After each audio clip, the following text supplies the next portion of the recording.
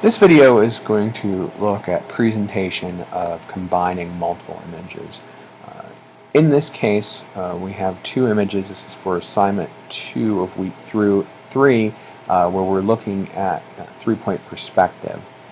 This basic process can apply to really any classes when you're combining images, but what I'm going to focus on that may be somewhat different is the current image size requirements, which recently were updated from 800 to 1,000 pixels for multiple images, and in this case, having them be in a single JPEG. The first part of the video will do a simple combination. The second part will look at kind of upping the presentation a little bit, adding some borders, and if time permits, maybe we'll even go a little further. So let's get started. What I'm checking here is the image size, because what I need to have is the image be somewhat consistent. So we're going to start with this image on the right, and now we'll check the image on the left. So the height's a little bit different here. This one's a little bit larger. The other one was 686. What I'm going to do is I'm going to use the larger height here rather than reducing that and trying to fumble with the width, because ultimately the width is what's going to be important to me, especially when I do the second part where I add the borders. So let's go ahead and at this point we're going to close this image size. We're going to increase the canvas size, and rather than use shortcuts, which I know I tend to do, we're going to go ahead and use the pull down menus, and you should be able to see these in the video. We're going to go to canvas size, and what I need here is to make that width double. I'm going to leave the background color extension gray just so I can see the difference. Later on we'll talk about this a little bit more when we use it to add borders. So we're just going to double it, because I remember this image was 1,000 wide and this image is 1,000 wide, so it just needed 2,000 to get them both in. The big part here is to anchor the image, so I want to put this image on the left. I want to keep this new image on the right the way I have it set up here. So we're going to go ahead and hit OK. And so when you look at this, and let me zoom down so you can see it, it should look something like this. You know, if you have this in the center and it gives it a border on each side, then you miss the anchor point. I miss it all the time. You just kind of undo this and kind of redo the process. Not something to get worried about. As you get familiar with this process, it'll get easier to do.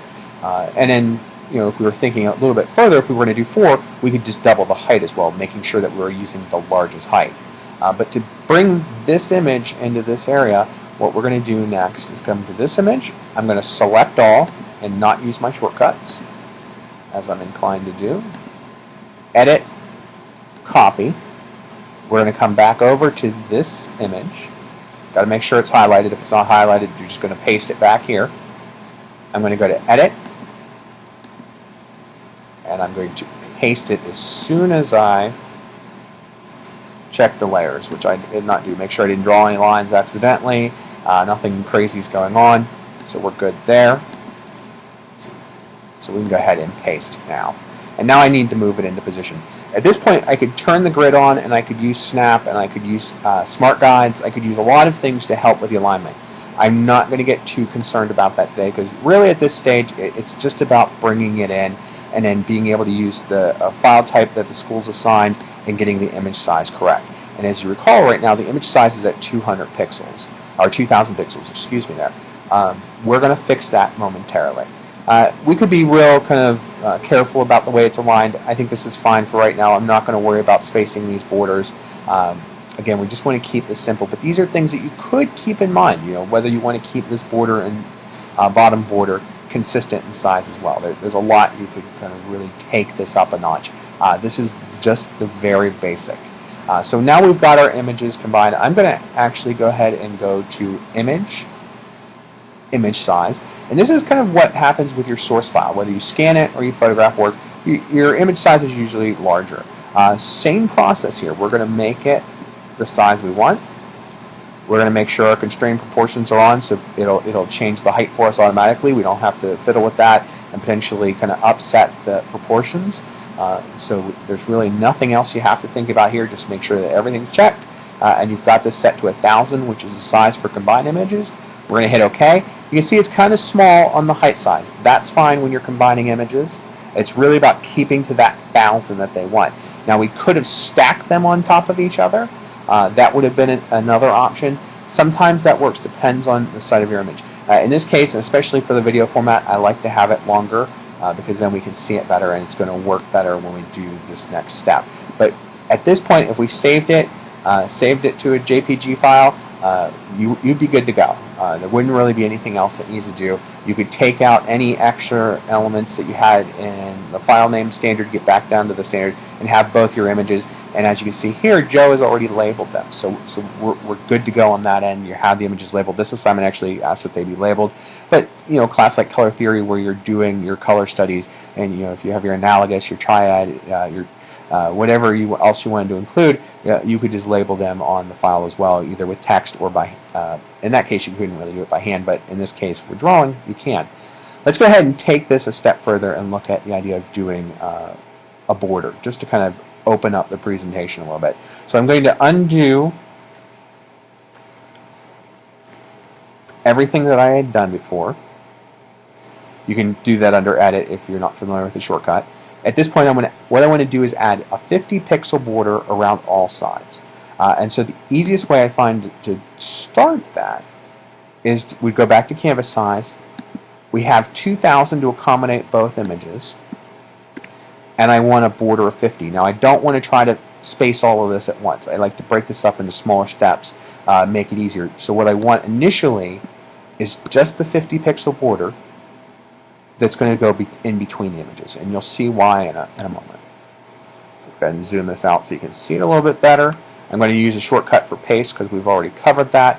I've got the move tool already selected from before, and so we're going to go ahead and place this up against the far right side. This is a good time when if you use your smart guide, it would help you align it on the right. Again, I'm not overly concerned right now with getting this really just kind of hyper precise. I just want it to look generally good, kind of cover a clean kind of appearance to a casual viewer. You may want to be familiar with those, but I'm sure there'll be a time when that comes. We left that canvas extension gray. Depending on what you want to do, you can go black, you can pick whatever color you want. For drawing classes, I don't recommend picking colors. They can be problematic. I like the general gray. I think it works out fine, but you're welcome to select whatever you want. So now we've got our border in between. We've somewhat centered this based on the height as best you can, which I think is fine. But now we need to add the rest of the borders. And so very simple is to go back to the canvas size. We want 50 pixels on the left side here, on the right side, so we need 100 more on the width. And then we also need 100 more on the height for the top and bottom. And so we can do that in one step.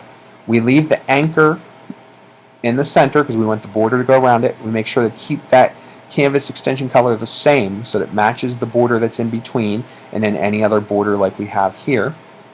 We hit OK. And we've got a nice, pretty clean border at this case. I think it works fairly well. This is, this area here, you could easily go ahead and add labels in if you want a kind of nice, cleaner look to an image. But I think presentation-wise, this is really kind of stepping it up. This is where, you're really kind of going beyond any general expectations. We don't expect you to do this, but I don't think it's that hard that it's really out of the ballpark. And then it really sets your images up that they're already presented, they're really ready to go. And gives you a little bit more versatility when sharing them. I think this is the way to go so that you're controlling whatever value and color are around your images so when people see it.